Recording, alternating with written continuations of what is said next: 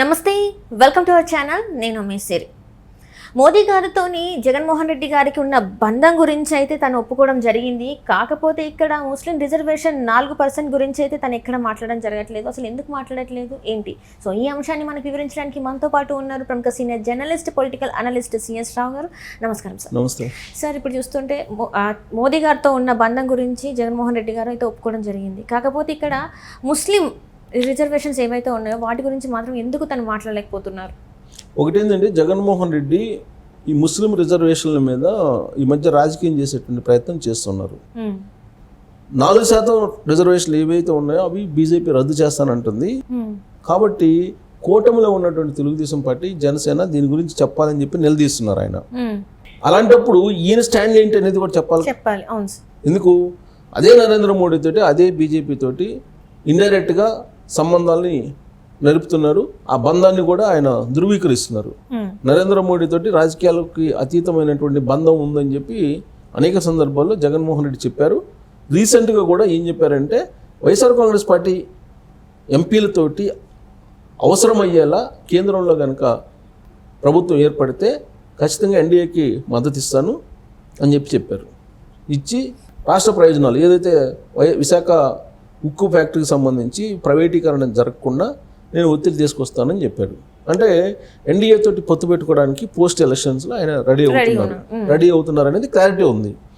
Plus ఇప్పుడు ఇండైరెక్ట్గా 2019 నుంచి ఇప్పటి వరకు కూడా ఆయన ట్రావెల్ అవుతున్నారు ఎన్డీఏ తోటి, నరేంద్ర మోడీ తోటి.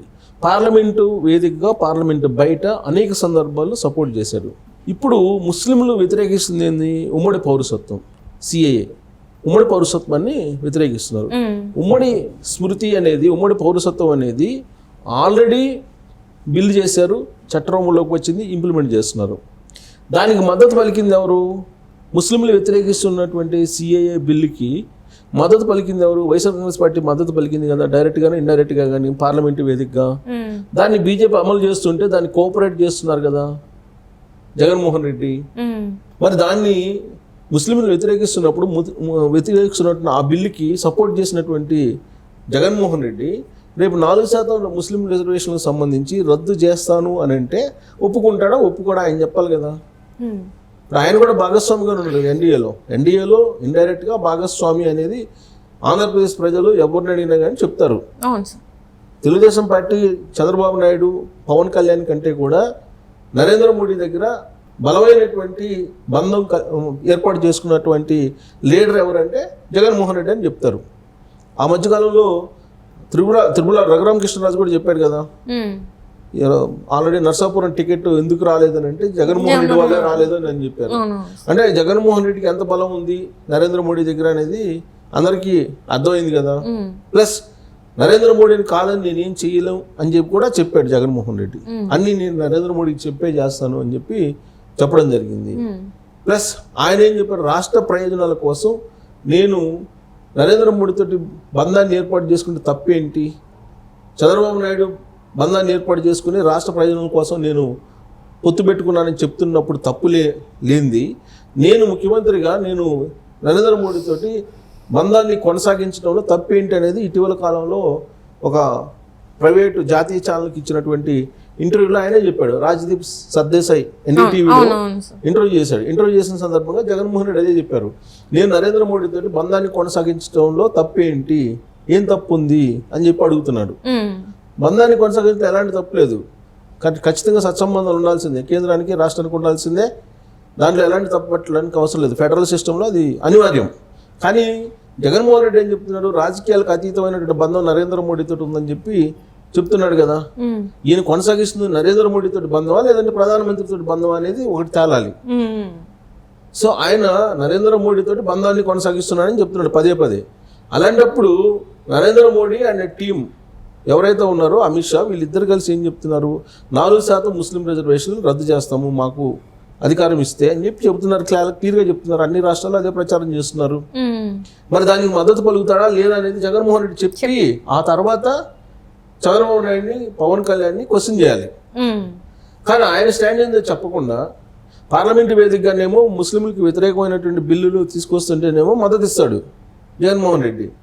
అక్కడ బయటకు వచ్చిన తర్వాత ఏమో ముస్లింలకు 4% రిజర్వేషన్ విషయంలో ఏం చెప్తారని చెప్పి అడుగుతాడు మళ్ళా ఎవరిని, చంద్రబాబు నాయుడిని, పవన్ కళ్యాణ్ని. మరి ఈయన వైఎస్ఆర్ కాంగ్రెస్ పార్టీ స్టాండ్ ఏంటి? నరేంద్ర మోడీకి మద్దతు ఇస్తున్నాను, నరేంద్ర మోడీతో బంధం కొనసాగిస్తున్నా అంటే అర్థం ఏంటి? నరేంద్ర మోడీ పాలసీలకి ఓకే చెప్పినట్టే కదా, ఆయనతో ట్రావెల్ అవుతున్నాడంటే ఓకే చెప్పినట్టే కదా. అంటే 4% ముస్లింల రిజర్వేషన్లకి జగన్మోహన్ రెడ్డి వ్యతిరేకమైనట్టే కదా, ముస్లింలకు రిజర్వేషన్ ఇవ్వడాన్ని వ్యతిరేకిస్తున్నట్టే కదా ఆయన. అంటే నరేంద్ర మోడీతో ట్రావెల్ అవుతాను, నాకు బంధం కొనసాగిస్తాను అన్నప్పుడు ఆయన విధానాలు ఈయన కూడా ఒప్పుకున్నట్టే కదా. ఆ విషయంలో ముందు జగన్మోహన్ రెడ్డి క్లారిటీ ఇవ్వాలి. ప్లస్ అసలు 2019 నుంచి ఇప్పటి వరకు ఎన్డీఏతో ట్రావెల్ అవుతున్నారు అనేక సందర్భాల్లో. లాస్ట్కి వ్యవసాయ బిల్లులకు సంబంధించినటువంటి అంశంలో కూడా ఓటేసావు కదా వ్యతిరేకంగా, మద్దతు పలికారు కదా, ఎన్డీఏ ప్రభుత్వానికి మద్దతు పలికారు. రాష్ట్రపతి ఉపరాష్ట్రపతి ఎన్నికల్లో డైరెక్ట్ గా ఎన్డీఏ ప్రతిపాదించినటువంటి అభ్యర్థులకి ఓటేశారు కదా, ఓటేసి ట్రావెల్ అయ్యారు కదా వాళ్ళతోటి. సో అలాంటప్పుడు నువ్వు ఎన్డీఏలో భాగస్వామి కాదని చెప్పి ఎలా అనగలం? అనలేం కదా. నువ్వు డైరెక్ట్గా చంద్రబాబు నాయుడు, పవన్ కళ్యాణ్ భాగస్వామి అయితే ఇండైరెక్ట్గా నువ్వు రిలేషన్ మెయింటైన్ చేస్తున్నావా లేదా? ఆ విషయం చెప్పాలి కదా. ఇండైరెక్ట్గా రిలేషన్ మెయింటైన్ చేస్తున్నాను, ప్లస్ రాబోయేటువంటి రోజుల్లో కూడా నేను రిలేషన్ మెయింటైన్ చేస్తానని చెప్తున్నాడు కదా జగన్మోహన్ రెడ్డి. అంటే దాని అర్థం ఏంటి? వాళ్ళ పాలసీల్ని ఒప్పుకున్నట్టే కదా ఈయన కూడా. సో అలాంటప్పుడు చంద్రబాబు నాయుడిని, పవన్ కళ్యాణ్ని క్వశ్చన్ చేసేటువంటి అధికారం జగన్మోహన్ రెడ్డికి ఎక్కడుంది? సో కాబట్టి ఫస్ట్ ఆయన చెప్పాలి, ముస్లిం రిజర్వేషన్ని అమలు చేస్తారా వద్దా, కావాలా అనేది ఆయన చెప్పాలి ఫస్ట్. రాజశేఖర రెడ్డి 4% రిజర్వేషన్ని ముస్లింలకు ఇచ్చేలాగా నిర్ణయం తీసుకున్నాడు. దాన్ని కంటిన్యూ చేస్తాను రాష్ట్రంలో అని చెప్పి చంద్రబాబు నాయుడు చెప్తున్నాడు. దానికి ఏమంటున్నాడు జగన్మోహన్ రెడ్డి? నువ్వు ఎన్డీఏలో భాగస్వామి ఉండి ఇది ఎలా కంటిన్యూ చేస్తావు అంటున్నాడు. రాష్ట్రంలో కంటిన్యూ చేయడానికి తప్పే ఉంది, రాష్ట్రంలో కంటిన్యూ చేస్తారని చెప్పి చెప్తున్నాడు కదా చంద్రబాబు నాయుడు. ప్లస్ కంటిన్యూ చేస్తాను, ఒక ఎక్స్పర్ట్ అయినటువంటి అడ్వకేట్స్ని పెట్టి దాని మీద నేను సుప్రీంకోర్టులో కూడా వాదనలు వినిపిస్తానని చెప్పి చెబుతున్నాడు చంద్రబాబు నాయుడు చాలా క్లియర్గా. అలాంటప్పుడు నువ్వు ఏదో స్టాండ్ చెప్పాలి కదా జగన్మోహన్ రెడ్డి కూడా. 4% రిజర్వేషన్ అమలు చేస్తావా మోడీని కాదని, లేదా ఎన్డీఏని కాదని?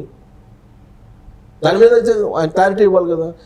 రాజకీయంగా ఒక మాట మాట్లాడేటప్పుడు అది రిప్లికేషన్స్ తన వైపు కూడా ఎలా వస్తాయి అని చెప్పి ఆలోచించాలి. ఒకవైపు మోడీతోటి, అమిత్ షా తోటి ట్రావెల్ అవుతూ, బీజేపీతో ట్రావెల్ అవుతూ బీజేపీ విధానాలని నువ్వు వ్యతిరేకించినప్పుడు అవతల వాళ్ళని క్వశ్చన్ చేసే అవకాశం ఉంది. ఇప్పుడు ఆంధ్రప్రదేశ్లో ఉండేటువంటి పార్టీలన్నీ కూడా బీజేపీ గొడుగు కింద ఉన్నాయి, అందరికీ తెలిసినటువంటి విషయమే. ఆడొచ్చేటువంటి 25 ఎంపీలకి మొత్తం తనయ్య అని చెప్పి మోడీ భావిస్తున్నారు. అలాంటప్పుడు వాళ్ళ విధానాలు కూడా వీళ్ళిద్దరు అమలు చేస్తారని కదా. వాళ్ళిద్దరు అమలు చేస్తారా, లేదంటే రాష్ట్రంలో వాళ్ళు లైజనింగ్ చేసుకొని రాష్ట్ర ప్రయోజనాల దృష్ట్యా, లేదంటే ముస్లింల ప్రయోజనాల దృష్ట్యా వాళ్ళ రిజర్వేషన్ని మరో రూపంలో అమలు చేస్తారా, లేదంటే డైరెక్ట్ అమలు చేస్తారా అనేది జగన్మోహన్ రెడ్డి ప్రభుత్వం అయితే జగన్మోహన్ రెడ్డి ప్రభుత్వం ఇష్టం, చంద్రబాబు నాయుడు ప్రభుత్వం అయితే చంద్రబాబు నాయుడు ఇష్టం.